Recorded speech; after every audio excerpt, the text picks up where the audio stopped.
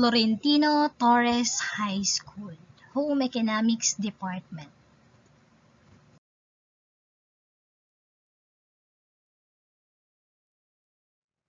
Before we start, let's have a short prayer first. So may I call in Sila Yuki to lead the prayer?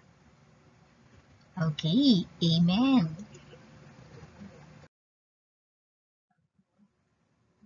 Good morning, everyone. Welcome back to Bread and Pastry Production, Grade 8. I am Miss Marian Fonte, your teacher for today. Before we proceed to our new topic this morning, let's have a short review first. So, direction, identify what type of hazard does the following picture shows. Number 1, Clorox. So, Clorox is an example of what type of hazard? So, the correct answer is chemical. Next, number 2, the cat. So, the cat is an example of, yes, biological hazard. The third one, which is the wet floor. So the wet floor is an example of physical, yes, physical hazard.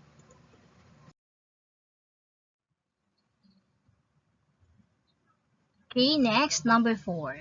Lifting heavy object is an example of ergonomic hazards. Next, number 5. Drug abuse, violence at work, interpersonal relationship, and this type of hazard causes a stress. So this is a psychological hazard. Then the last one, number 6, dirty trash can is an example of biological hazard. Okay, so class, I'm glad that all of you still remember our past lesson. Okay, so I have here some pictures. So what you are going to do is you have to analyze or say something about the picture. So number 1, so, ano kaya ang ginagawa niya? The second picture, ano kaya? Okay, so inaamoy-amoy niya yung kilikili, di ba? Then the third one, so siguro napakarami niyang kuto. Then the fourth one, napakadumi ng kanyang kuko at medyo mahaba. Okay, then the fifth picture, so siya po ay naninigarilyo, so habang siya po ay nagluluto. Okay, yung isa naman ay sumasakit po yung kanyang ngipin, parang siguro ay merong pumasok doon sa butas ng kanyang ngipin, 'di ba? So, ano kaya ang dahilan? Bakit ilan sa mga picture ay ganyan? Halimbawa dito sa fourth picture, so napakadumi po ng kanyang kuko at napakahaba, 'di ba? So bakit kaya? So ibig sabihin hindi po siya naglilinis ng kanyang mga kuko at hindi siya nagne-nail cutter ng kanyang kuko. Hindi po malinis siya. So sa last picture naman, so sumasakit po yung kanyang ngipin, so siguro ay hindi po siya nagtututbrush at maraming mga cavities, 'di ba? So sa tingin niyo, ano kaya yung topic natin ngayong umaga? What do you think will be our topic this morning, class? Okay, so personal hygiene, kasi hindi sila pinapractice yung tinatawag na personal hygiene. Okay, so our topic this morning is all about personal hygiene and proper hand washing.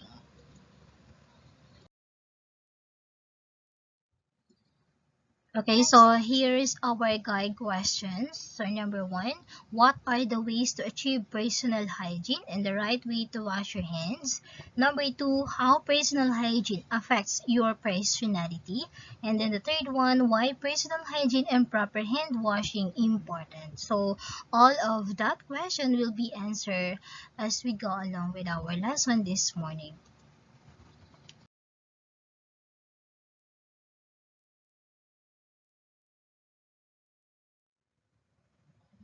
Okay, so next, words to study. So I have here some jumbled letters. So what you are going to do is you have to arrange this to form a new word. Okay, so number 1. What do you think is this? So this is a yes, hygiene. So when we say hygiene, it refers to conditions and practices that help to maintain health and prevent the spread of diseases. The second word is MSGR, so it is, yes, germs. When we say germs, it is a tiny organism that can cause infection or disease. Then, the third one, EORDNADTOE is for, yes, deodorant. So when we say deodorant, it is a substance applied to the body to prevent body odor due to bacterial breakdown of perspiration.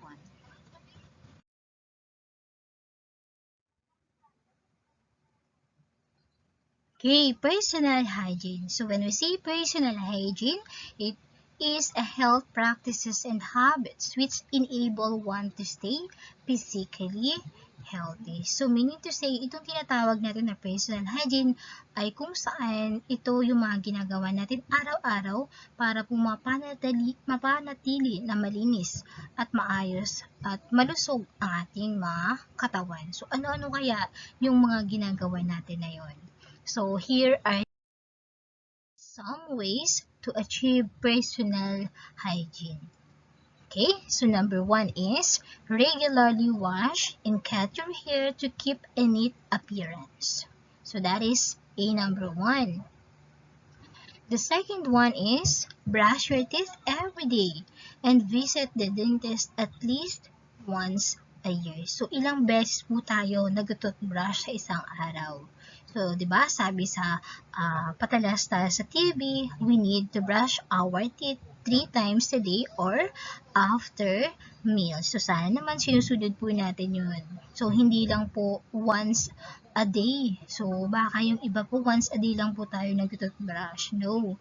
So, kung hindi po tayo sinasanay na tayo po ay mag-toothbrush araw-araw or at least 3 times a day or after meal, so siguro yung ating mga bunganga po ay syempre magkakaroon ng tinatawag na bad breath. So kung bad breath po tayo, ano pong mangyayari?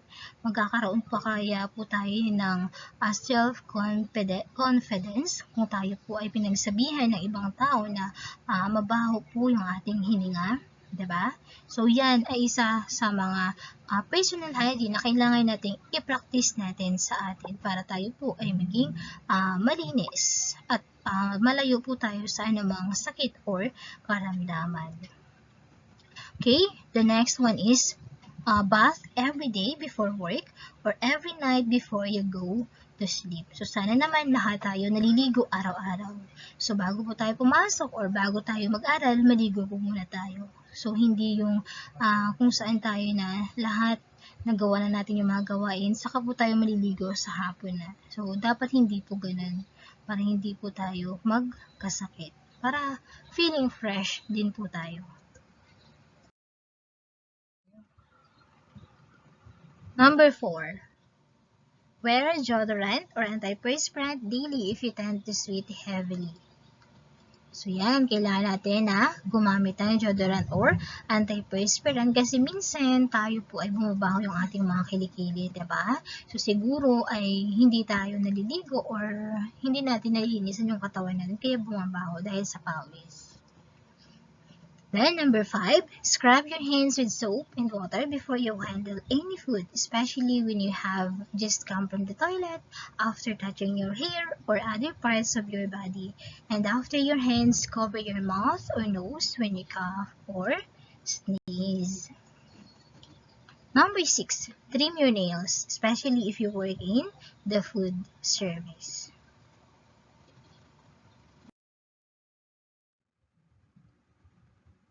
Number 7, keep hand sanitizer and facial tissues near your work desk. Number 8, use a separate towel or cloth for drying dishes, wiping countertops, and wiping hands. So, siyempre, kailangan na tayo ay gumamit ng separate towel. So, halimbawa, yung towel yung sa pinggan. So, yun lang yun para lang siya sa pinggan. Kung sa mesa, so para lang po sa mesa. So, kung para lang naman sa kamay natin, ay yun lang dapat ang gagamitin din para lang sa kamay. Hindi yung isang towel lang para sa lahat. So, diba? Para maging malinis tayo sa lahat ng ginagawa natin. Number 9, avoid working with food when you have an open cut, sore, boiled, or infected wound in your hands. Number 10, keep hands out of food as much as possible.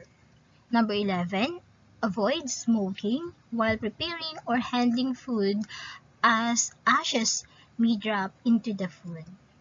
Then number 12, wear suitable clothes at work, wear comfortable and clean shoes, and make sure aprons are always clean.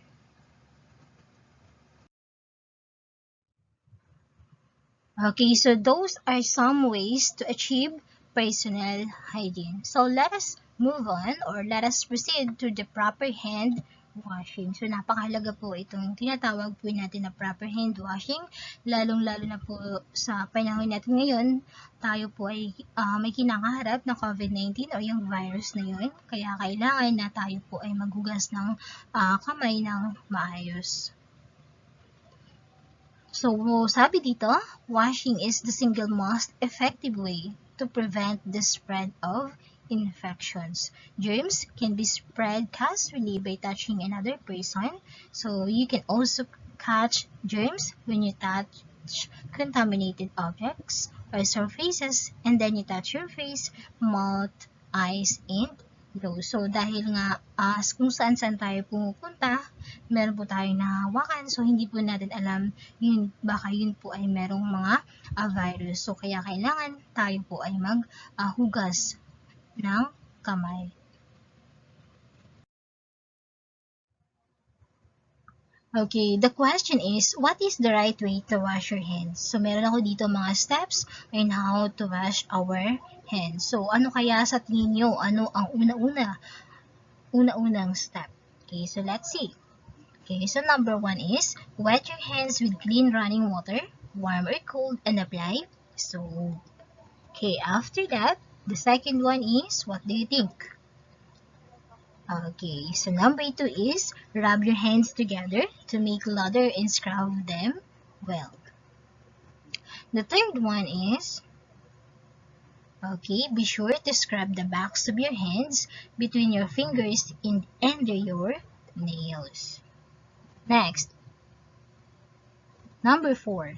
Number 4 is continue rubbing your hands for at least 20 seconds.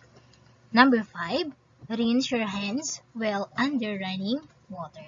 Then, the last one, dry your hands using a clean towel or air dry. So, that is the right way to wash our hands. Okay, so last meeting class, I have told you to make a short video of some practices about personal hygiene, right?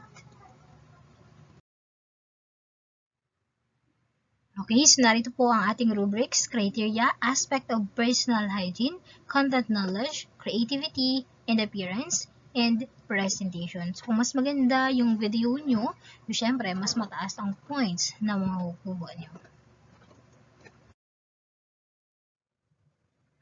Okay, so ngayon, panonoodin po natin ang inyong mga video. So, meron po akong pinili na 3 na video.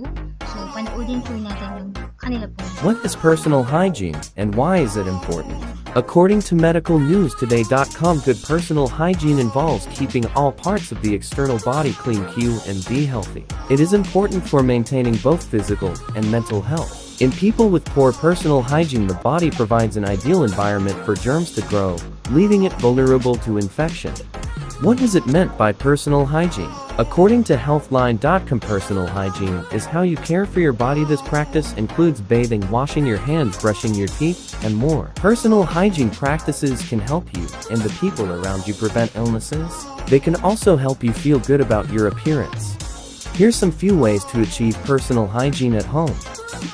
First, let's talk about the right way to wash your hands. 1. Wet your hands with clean running water and apply soap. 2. Rub your hands together to make leather and scrub them. 3. Be sure to scrub the back of your hands between your fingers and under your nails. 4. Continue rubbing your hands for at least 20 seconds. 5. Rinse your hands well under running water. 6. Dry your hands using clean towel or air dry. 2. Brush your teeth at least 3 times a day. 3. Take a bath every day, especially after you go outside. 4. Wear deodorant or antiperspirant daily if you tend to sweat heavily. 5. Trim your nails regularly to avoid bacteria getting stuck in your nails. 6. Always keep a sanitizer and tissue with you whenever you go. And keep some as well near your work desk. Those are the few ways to achieve personal hygiene at home that I also regularly perform myself. That's all. Thank you for watching.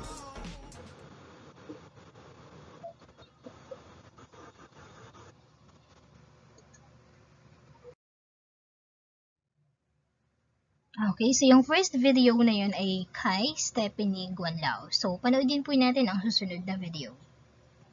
Hi guys, so for today's video, and I'm gonna show you the 5 steps to how to wash your hands. So let's get started. Step 1. Wet your hands with clean running water, warm or cold.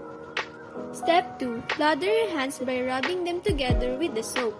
Lather the backs of your hands between your fingers and under your nails.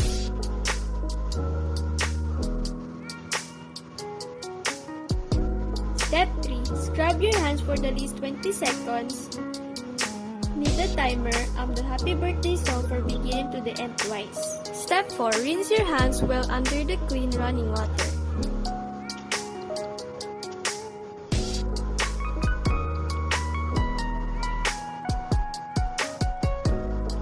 Step 5. Dry your hands using a clean towel or air dry them.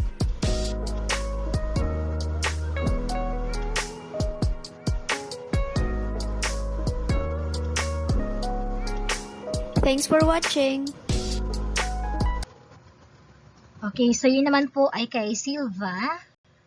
So, panoodin po natin ang susunod na video.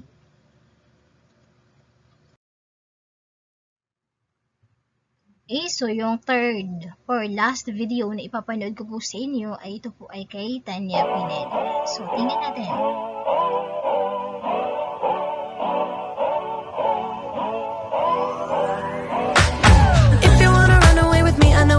And I could take you for a ride. I had a premonition that we fell into a rhythm where the music don't stop for life. Glitter in the sky, glitter in my eyes, shining just the way you like. If you're feeling like you need a little bit of company, you met me at the perfect time. You want me, I want you, baby. My sugar boo, I'm levitating. The Milky Way, we're renegading. Yeah, yeah, yeah, yeah, yeah. I got you, moonlight. You're my starlight. I need you all night. Come on, dance with me. I'm levitating. You, moonlight. You're my starlight. I need you all night. Come on, dance with me. I'm levitating. I believe that you're for me. I feel it in our energy. I see it's written in the stars. We can go wherever, so let's do it now or never, baby. Nothing's ever too far. Glitter in the sky, glitter in our eyes, shining just the way we are. I feel like we're forever every time we get together, but whatever, let's get lost on Mars. You want me, I want you, baby. My sugar boo, I'm levitating. The Milky Way, we're renegading. Yeah, yeah, yeah, yeah, yeah. I got you, moonlight. You're my starlight. I need you all night. Come on, dance with me. I'm levitating. You, moonlight. You're my starlight. I need you all night. Come on, dance with me. I'm levitating. You can fly away with me tonight. You can fly away with me tonight. Baby, let me.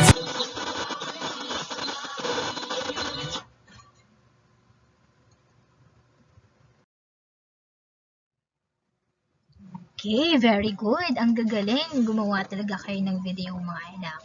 So, bigyan po natin sila ng isang burger clap. Okay, so what is the importance of personal hygiene and proper hand washing in your daily lives?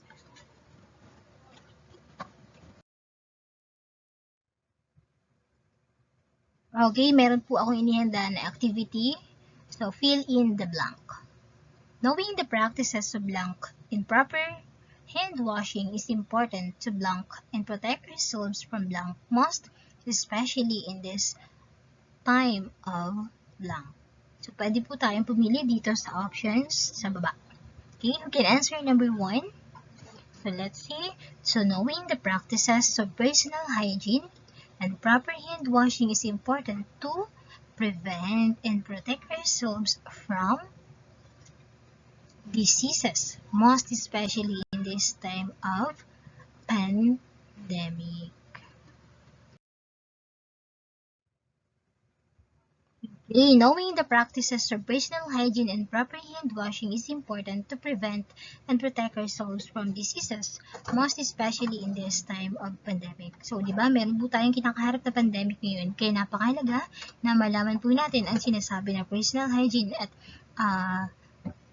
i-practice po natin sa pang-araw-araw natin na ginagawa para makaiwas po tayo sa anumang sakit, anumang karamdaman, para magawa po natin ang mga bagay na gusto po natin gawin kung tayo po ay malusog ang pangangatawan at malinis. Diba? Okay, so class, is there any question? Any clarification? Okay, so if none, let's check or answer true or false. So direction, write true if the statement is correct and false if it is not. Number 1. Personal hygiene is important to prevent the spread of diseases. So what do you think is the answer? True or false? So the answer is true. Next, number 2, brush your teeth once a week and visit the dentist at least once every 2 years. What is the answer in number 2? False because of the word once a week. So, once a week ba tayo talaga mag-brush ng teeth?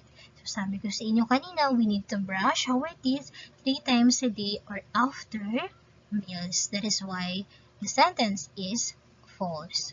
Next, number 3, wear deodorant or antiperspirant daily if you tend to sweat heavily. So, the answer is true. Number 4, use a separate towel or cloth for drying dishes, wiping countertops, and wiping hands. So that is true. Then the last one, dry your hands using a dirty towel. So the answer is false. We need to use clean towel to dry our hands.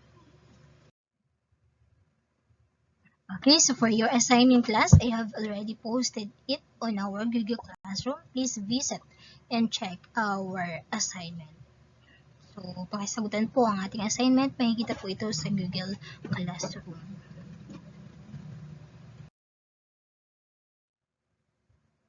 Okay, that's all for today. Thank you and God bless everyone. Keep safe. I hope you learned something about personal hygiene and proper hand washing.